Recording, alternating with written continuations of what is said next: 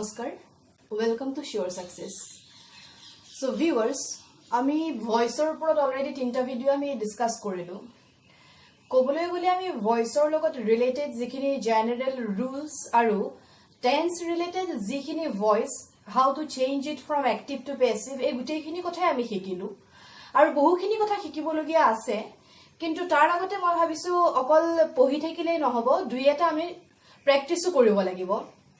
সেইভাবে আজি কেইটামান কোৱেশ্চন তোমালোকৰ বাবে লৈ আনিছো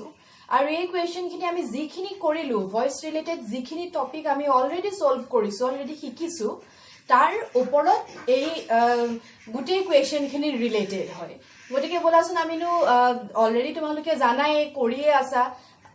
আমাৰ এই শিওৰ সাকসেছৰ জৰিয়তে যিখিনি ৰিভিজন হল তোমালোকৰ সেইখিনিৰ লগত সংগতি ৰাখি এই কোৱেশ্চনকিটা বলাচোন আমি ট্ৰাই কৰি চাওঁ। প্ৰথম কোৱেশ্চনটো মই লিখিছো, He told me the story. He told me the story. গতিকে ফার্স্ট অফ অল আমি কি আছিল আমাৰ যে জেনাৰেল ৰুল কি কিটা আছিল আমাৰ?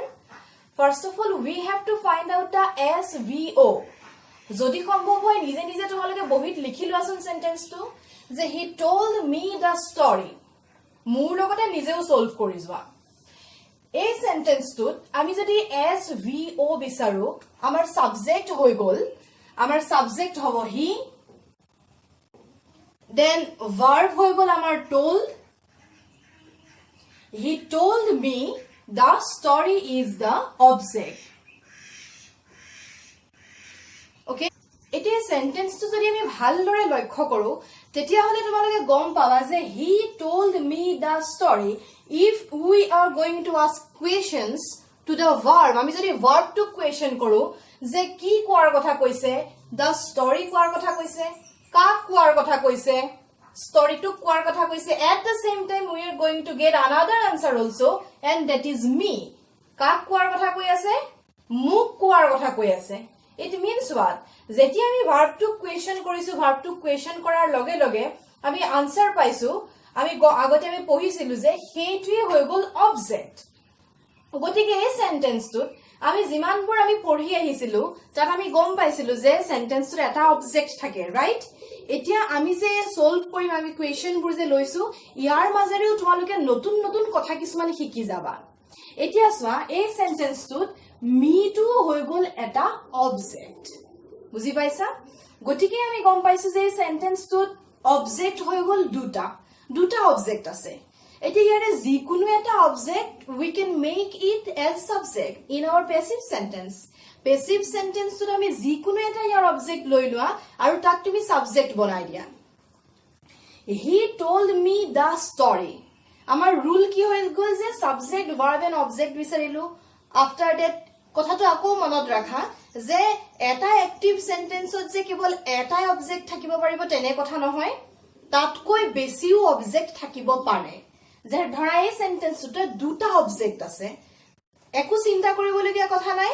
যেতিয়া আমি এই এক্টিভ সেন্টেন্সটো পেসিভ কৰিম সেই মুহূৰ্তত আমি যিকোনো এটা অবজেক্টকে পেসিভ সেন্টেন্সটোৰ সাবজেক্ট কৰিব পাৰো।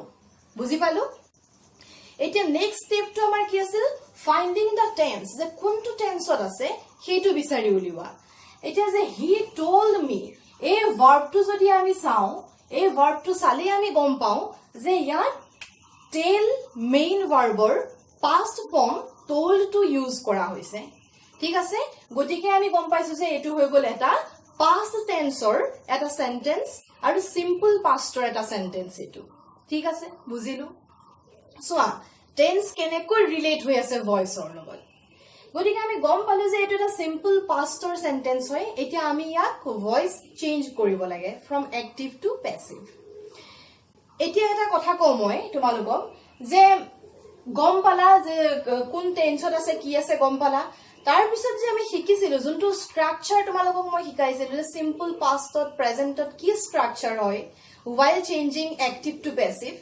সেই স্ট্ৰাকচাৰটো লগে লগে মনলৈ লৈ আনা। যে সিম্পল পাস্ট হলে কি হ'ব পাৰে structure? we have to use was, were, then past participle of the main verb। বাকিটো যিখিনি জেনাৰেল ৰুল সেইখিনি থাকিবই। গতিকে এটা বলাচোন আমি কৰি চাও। ইয়াতে আমি এটা অবজেক্ট কৰিলো ধৰা আমি এটা অবজেক্ট বনালো দা ষ্টৰী ঠিক আছে যিকোনো এটা অবজেক্টক আমি ল'ব পাৰো আৰু মই তোমালোকক দুইটা অবজেক্ট লৈ কেনেদৰে চেঞ্জ কৰিব পাৰি মই দেখাই দিম এটা প্ৰথমটোত মই 2 নম্বৰটো লিখি থৈছিলো এটো মুহাৰি দিও মই এতিয়া মই যদি দা ষ্টৰী কে অবজেক্ট হিচাপে লওঁ দা ষ্টৰীক মই অবজেক্ট হিচাপে লৈ ইয়াত যদি সাবজেক্ট বনাও তেনেহলে আনসাৰটো হ'ব the story okay simple past ase so because of that we have to use was or were the story logot ki bohibo jehetu singular number hoy gotike was bohibo kono doubt nai the story was tar pisot the story was using of the past participle of the main verb gotike main verb asil tell or pisot etu told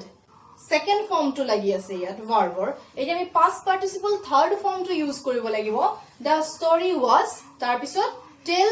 told ebor mukhostho hobo lagibo de the story was told kak koi thoka hoise baru story to kak koi thoka hoise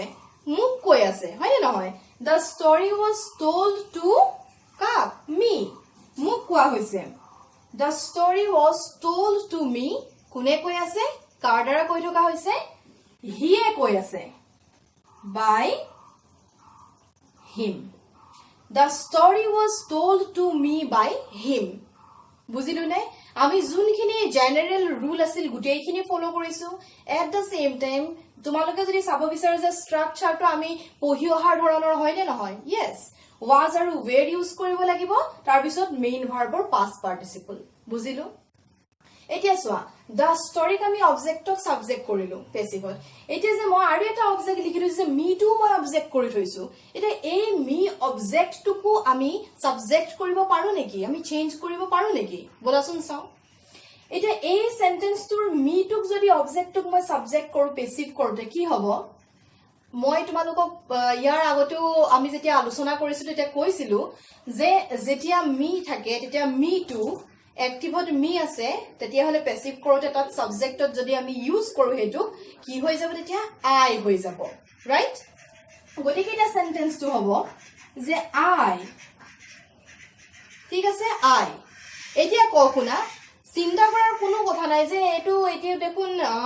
মি টুক আই কৰি দিলে এতিয়া তাৰ পিছৰখিনি কি হ'ব এতিয়া মনত পেলোৱা ষ্ট্ৰাকচাৰটো লৈ যিটো সিম্পল পাষ্টৰ ষ্ট্ৰাকচাৰ প্যাসিভৰ was were main verb or past participle গটিকে I লগত কি বহিব was বহিব নে were বহিব of course was বহিব গটিকে I was একে main verb or past participle told I was told মোক কি কোৱা হৈছিল I was told মোক কোৱা হৈছিল but কি কোৱা হৈছিল the story to কোৱা হৈছিল মোক I was told the story কোনে কৈছিলে মোক ষ্টৰীটো using of by preposition then making the subject object I was told the story by him বুজি পালুনে বাৰু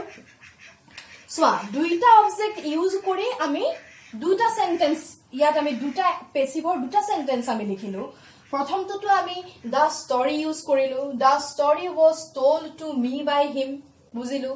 তাৰ পিছত আমি কৰিলো যে মি টুক আমি অবজেক্টক সাবজেক্ট হিচাপে ইউজ কৰিলো I was told the story by him বুজিলো খুবই সহজ এটো কনফিউজ নহবা যে দুটা অবজেক্ট বিচাৰি পাইছো দুটা হৈছে শুদ্ধ হ'ব নে ভুল হ'ব বা কোনোবাই যদি কয়ও যে এক লগত ধৰা কৰি আছে কোনোবাই জনে এটো লিখিলা কোনোবাই জনে এটো লিখিলা বলে তোৰটো ভুল হৈছে মোৰটো শুদ্ধ তেনেকুৱা কথা নহয় এই দুইটা আনসাৰে আমাৰ শুদ্ধ হ'ব both are correct ঠিক আছে গতিকে প্ৰথম আজি কবলৈ গলে প্ৰথম যেটো আমি প্ৰেক্টিস কৰিলো তাতে আজি আমি নতুন এটা কথা শিকিলো যে দুটা অবজেক্টটো এক্টিভ সেন্টেন্সত থাকিব পাৰে আৰু সেই দুটা অবজেক্ট ইউজ কৰি আমি প্যাসিভ সেন্টেন্স বোৰ বনাব পাৰো এক্টিভৰ পৰা প্যাসিভলৈ চেঞ্জ কৰিব পাৰো এই দুইটা কথা আমি শিকিলো এতিয়া আমি নেক্সট সেন্টেন্সটো লৈ যাও এটো বুজিলা নিশ্চয় তোমালোকে Okay, so এতিয়া তোমালোকে সেকেন্ড কোৱেশ্চনটো চোৱা মই নাম্বাৰিং কৰিব থাকি গল একো নাই 2 নম্বৰ হা মই লিখিছো যে I have lost my book দুবাৰ তিনিবাৰ পঢ়ি দিবা সেন্টেন্সটো যদি কিবা কনফিউজ থাকে গতিকে প্ৰথম আমি কি কৰিব লাগিব এস ভিও বিচাৰিলো ঠিক আছে সাবজেক্ট ভাৰ্ব এন্ড অবজেক্ট বিচাৰিলো তাৰ পিছত আমি এটো সেন্টেন্সত এটাই অবজেক্ট আছে তাৰ পিছত আমি অবজেক্টক সাবজেক্ট কৰিব লাগে গতিকে কি হ'ব আনসাৰ যে মাই বুক তাৰ পিছত এটা কথা মই কবলৈ পাহৰি গলো যে কোনটো টেন্সত আছে বিচাৰিব লাগিব গতিকে আই হ্যাভ লস্ট হ্যাভ টু দেখি আমি গম পাইছো এটো প্ৰেজেন্ট পাৰফেক্টৰ এটা সেন্টেন্স হয় এটা প্ৰেজেন্ট পাৰফেক্টৰ স্ট্ৰাকচাৰটো লগত লগত মনলৈ লৈ আনিবা যে হ্যাভ আৰু has we have to use then using of been আৰু main verb or past participle লগত লগত মনলৈ স্ট্ৰাকচাৰটো একদম লৈ আনিবা গতিকে ইয়াৰ হ'ব my book এটা স্ট্ৰাকচাৰ মতে কি বহিব my bookৰ লগত have বা has বহিব আমি জানো যে my bookৰ লগত has বহিব my book has তাৰ পিছত বহিব been my book has been then using of the past participle of main verb এইটো কথাও মই তোমালোকক কৈ থৈছিলো আকৌ এবাৰ কৈ দিও যে যেতিয়া পাৰফেক্টৰ সেন্টেন্সৰ তোমালোকে চেঞ্জ কৰিবা একো টেনশন লবলগীয়া কথা নাই যোনটো ভাৰ্ব আছে সেই ভাৰ্ব ফৰ্মটোকে লিখি দিবা কাৰণ অলৰেডি তাত past participle ইউজ হৈ থাকে ঠিক আছে মানে my book has been lost এতিয়া চোৱা I have lost my book ঠিক আছে my book has been lost শুদ্ধ হৈছে যদিও তোমালোকে লিখি দিয়ে my book has been lost by me my book has been lost by me শুদ্ধ হৈছে আৰু যদি তোমালোকে লিখা যে my book has been lost by me to নিদিয়া তেতিয়াও শুদ্ধ হৈছে ঠিক আছে এটা কিয় এটোটো আমি এটা নতুন কথা শিকিলো কাৰণ শুনা একদম প্ৰথম ভিডিওত যেতিয়া মই ডিসকাস কৰিছিলো অ্যাক্টিভ প্যাসিভ ভয়েস এনেকে কিবা কিবি কথা অলপ এই ভয়েসৰ ওপৰত তেতিয়া মই তোমালোকক কৈছিলো যে আমি প্যাসিভ কেতিয়া কৰো whenever we have to highlight the object যেতিয়া আমি অবজেক্টক হাইলাইটত আনিব বিচাৰো বেসিকলি মানে আমি গুৰুত্ব দিব বিচাৰো তেনে ক্ষেত্ৰতে আমি প্যাসিভ কৰো সেন্টেন্সৰ এই ক্ষেত্ৰত যে I have lost my book my book has been lost ডাঙৰ কথাটো হৈ গল কি my book has been lost মই মোৰ বুকখন হেৰুৱালো ডাঙৰ কথাটো হেইটো যে মই মোৰ বুকখন হেৰুৱালো এইটো কথা যে yes মই মোৰ দ্বাৰাই মোৰ বুকখন হেৰুৱালো যে কোনে হেৰুৱালে মই হেৰুৱালো মোৰ বুকখন মই হেৰুৱালো কিন্তু মই মোৰ বুকখন হেৰুৱালো মোৰ কিতাপখন হেৰুৱাটো বহুত গুৰুত্বপূৰ্ণ কথা আৰু যিহেতু my book is mentioned here mention কৰি দিছো নাই কাৰ হয় কিতাপখন my book মোৰ বুক গতিকে মোৰ বুকখন অফ কোৰ্স মই হেৰুৱাম that using of by me কবলৈ গলে একদম নেসেসারি নহয় শুনিবলৈ সা my book has been lost by me of course মোৰ বুকখন মই হেৰুৱাম মোৰ বুকখন তোমালোকে তো হেৰুৱাই দিব নোৱাৰা হয় না নহয় তোমালোকৰ বাইসাইকেলখন তোমাৰ বাইসাইকেলখন তুমি হেৰুৱাবা তোমাৰ সাইকেলখনটো মই নেহেৰুৱাও গতিকে যেতিয়া মাই বুক ইয়াত পুৰা দেখুৱাই দিছে হাইলাইট কৰি দিছে কাৰ হয় কিতাপখন মাই বুক আৰু সেইখন মই হেৰুৱাম অফ কোৰ্স তাত বাই মি এই বাই মিৰ ইউজটো নকৰিলেও একো নাই তোমালোকে ইউজ যদি কৰি দিছা ঠিক আছে ইউজ কৰি দিয়া তাতো তোমালোকৰ মাৰ্কস কাটিব নোৱাৰে না কাটে কিন্তু যদি ইয়াত বাই মিটো নিদিয়া তেতিয়াহে কিন্তু শুনিবলৈ বেছি খুৱলা হয় রুল মতে গৈছো বাই মি দিছো ঠিক আছে কিন্তু এনে যদি ওভাৰঅল আমি সেন্টেন্সটো চাও তেতিয়া হলে যে মাই বুক হ্যাজ বিন লস্ট বুকখন মোৰ হেৰুৱালো মই মোৰ বুকখন হেৰুৱালো it is correct বুজিলা by me you can use it then the next sentence the coach is training the players sentence to poiso the coach is training the players is training ohar lege gom pai goisu etu eta continuous main verb or logot ing so etu eta continuous sentence hoy thik ase aru is use korise so present continuous sentence hoy godi here jodi ami subject verb and object bisaru this is the subject this is the verb and this is the object the coach training and the players এতিয়া আমি যদি এটো change কৰো স্ট্ৰাকচাৰটো মই লগৰ লগৰ মনলৈ লৈ আনিলো এতিয়া আমি কৰিব লাগিব কি যেটো present continuous am is are আৰু being ইউজ কৰিব লাগিব লগতে আমি মেইন ভাৰ্বৰ past participle ঠিক আছে যেহেতু কন্টিনিউয়াস being ইউজ কৰিব লাগিব গতে ইয়াত যদি মই এটা কৰো যে the players answer to হব the players subject to অহাৰ লগে লগতে স্ট্ৰাকচাৰটো মনলৈ আনিলো যে am is are লাগিব being লাগিব তো the players or লগত am is are or কি বহিব of course are বহিব as because এটো plural হয় the players are তাৰ পিছত being the players are being using of the past participle of main verb হৈ গল train ing লগাই দিয়া কাৰণে training হৈছে train গতিকে the players are being trained are being trained কোনে ট্ৰেইনিং দি আছে are being trained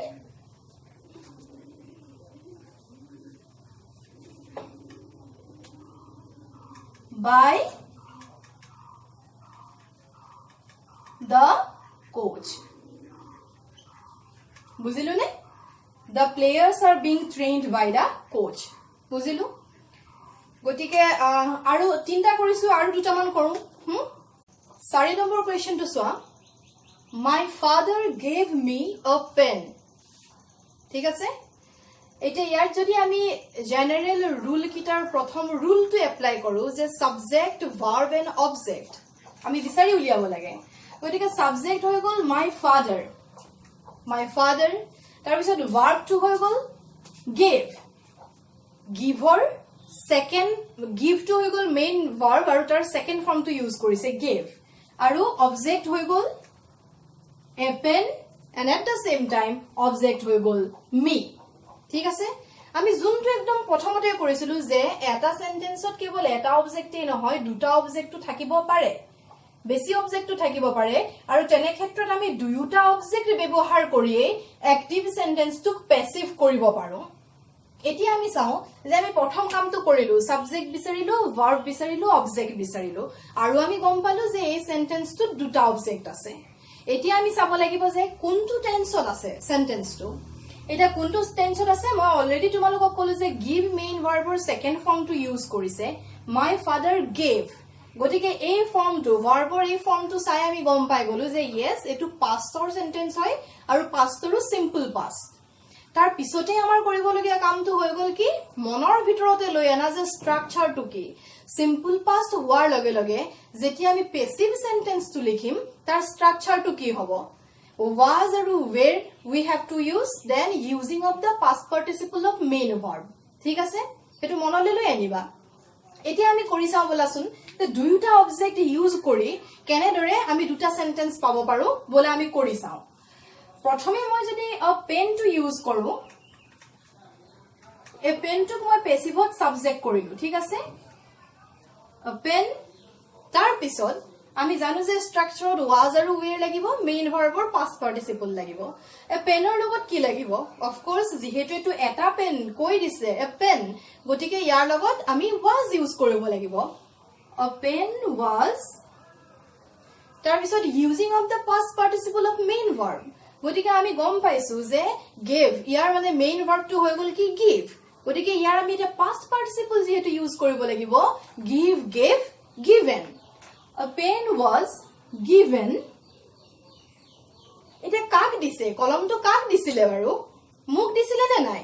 a pen was given to me কলমটো মোক দিছিলে কোনে দিছিলে কাৰ দ্বাৰা দিয়া হৈছিল কলমটো দেউতাৰ দ্বাৰা মোৰ দেউতাৰ দ্বাৰা দিয়া হৈছিল a pen was given to me then using of the by preposition by my father বুজিলো নে সহজ হয় না নহয় এতিয়া সোয়া এটাটো কৰিলো আমি যে এই অবজেক্টটোক আমি কেনেদৰে সাবজেক্ট হিচাপে লৈ প্যাসিভ কৰিব পাৰি শিকিলো এটা সোয়া মি এটা অবজেক্ট থাকি গল নহয় এই অবজেক্টটো লৈ কেনেদৰে লিখিব পাৰি আকৌ আমি সেন্টেন্স এটা লিখি চাও তোমালোকক মই অথনিও কৈছো যে এক্টিভ সেন্টেন্সৰ মি টু যেতিয়া আমি প্যাসিভ কৰিম তেতিয়া মি টু হৈ যাব কি আই হৈ যাব সাবজেক্ট হিচাপে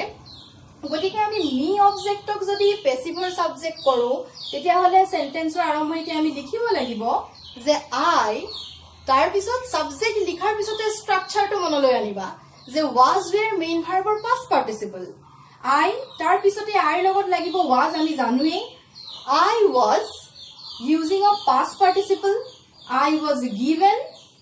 কি দিয়া হৈছিল I was given মোক দিছিলে কিবা এটা কি দিছিলে এটা কলম দিছিলে হয় নহয় I was given a pen কোনে দিছিলে I was given a pen by my father